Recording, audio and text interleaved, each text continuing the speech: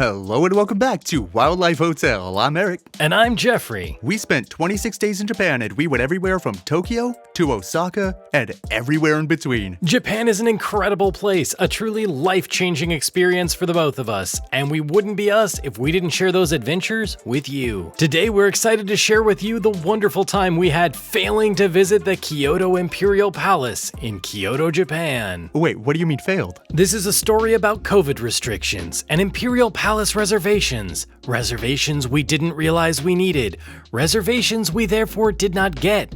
Meaning the only view of the old Imperial Palace we saw were its high walls and part of its roof. The good news is the palace is inside the Kyoto Gyoen National Gardens, which are themselves worth a visit, especially during cherry blossom season. Kyoto was the capital of Japan from 794 all the way up to the year 1869, when it was moved to Tokyo after 1,000 years of the emperor and the seat of Japanese power being in Kyoto. This is when Edo was named Tokyo, but that's a long history lesson that's better as its own video and its own YouTube channel for that matter. Kyoto Gyoen National Garden is a short ride away from Kyoto Station. Take the Karasuma line to Imaregawa Station, and from there it's a short walk to the entrance. The park is surrounded by high walls, once meant to protect the emperor, now helping protect the peaceful atmosphere of the park from the bustling city that surrounds it. Going through any of the entrances immediately places you in a lush green space filled with gravel walking paths that lead you to quiet streams, weeping cherry blossom trees, a plum garden,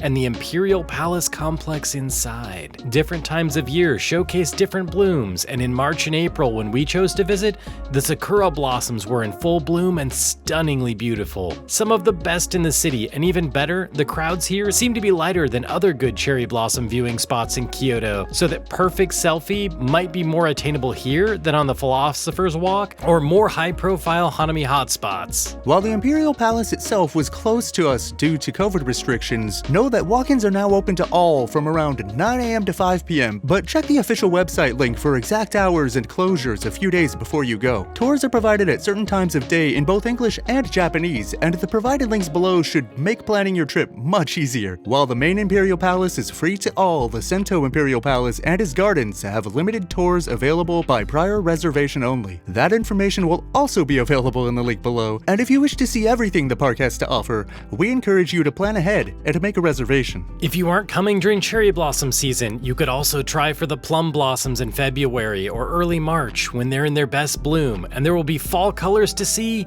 in the fall. At the north end of the park, there is a monkey statue protecting the emperor from ill omens coming from the unlucky direction. You may want to look that one up.